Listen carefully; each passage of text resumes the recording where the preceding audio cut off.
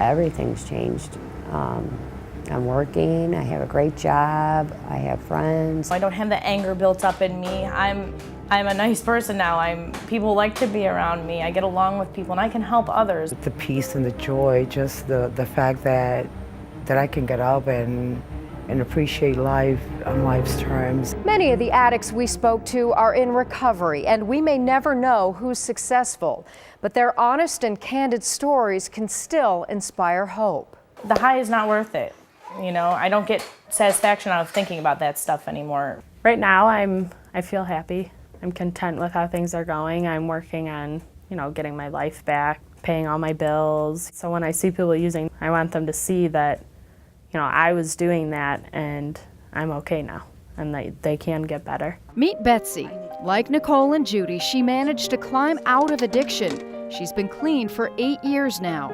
When her kids were teens, she used alcohol and drugs, and then started with heroin when her husband asked her for a divorce.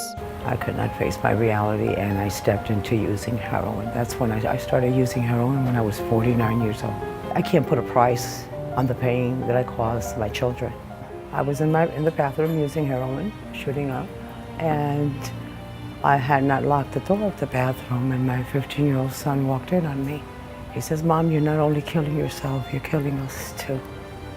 You have to do something."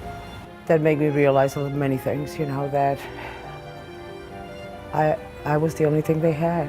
I didn't know about withdrawals and pain and that it was a disease of the mind and an obsession to the body. I can look back and see where I was. Today, Betsy leads a full life, working at Rosary Hall, the place where she began her road to recovery. The desire to stay clean is greater than the desire to use again.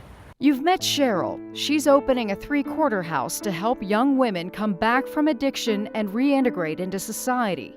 It's named after her daughter's birthstone, Opal House. When you take a gemstone out of the earth, it's dull, dirty, it's rough, much like someone with addiction who's out using. But as they start recovering and going through the recovering process, they start to shine.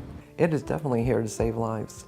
Otherwise, these girls and these ladies would still be out on the street or in a bad situation. There's no time limit on how long they can stay here, as long as they're showing progression towards independence. They've had enough in the institutions. They need a home. This will be a safe, sober place for them to live clean with their peers. Everyone here will be going through the same thing. And the Brants have picked up the pieces of their lives. They followed up on their son's dream to reach out to addicts and their families. They're now the voice he might have had. A couple days after, I immediately went in his room and I started going through everything. I found a notebook and I opened it up and I started reading it. And it was a website that he had started, and he wanted to help addicts. After his funeral, we both just looked at each other and we both just knew if Robbie wanted this, we're his voice now. We are Robbie's voice. We started it really with a very simple goal, and that was to bring awareness and education to save lives.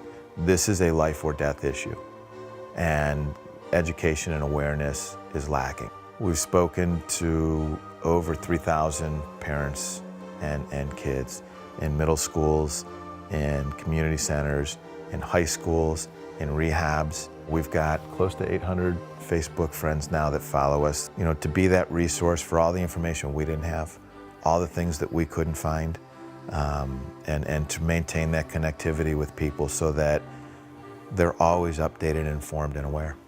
So that's the scary truth about heroin. The killer is everywhere, making people sick, causing crime, wrecking families, friendships, and communities, and burdening taxpayers. The solution is recognizing the problem and working together to fix it. We have a full list of resources on the WKYC.com website. You can also view complete versions of some of the stories you heard. I'm Monica Robbins. Thank you for watching, and please take these final hopeful thoughts with you. For the person that's out there on the streets of Cleveland and elsewhere that's putting this poison out, targeting it to kids and doing the things that they're doing, I'm telling you that the United States Attorney's Office is going to do everything in its power to make sure that you never see the light of day. I think the most important thing for all of us to keep in mind when we think about addiction and heroin addiction in Northeast Ohio is it's a huge problem. There's a lot of treatment available. Combining medicines with a recovery program helps, and no one should give up, because as long as a person's alive, there's a good chance of them getting sober. Addiction is a brain disease. Addiction is very treatable. People do recover, and there is hope. We're making an impact. We know that there's a long road ahead of us, and it's going to take the efforts of many, many, many people. I do see the success stories, and that's what continues to drive me, that, you know, there is hope. You just got to keep at it. Never, never, never give up hope. It may seem hopeless. It may seem like hope has abandoned you. There are people and places and things that want to help you. This has been a special presentation of WKYC in partnership with the Lake Geauga Recovery Centers, the Cleveland Foundation, and Recovery Resources. Log on to WKYC.com to join our live web chat with a panel of experts on the problems of heroin and opiate abuse.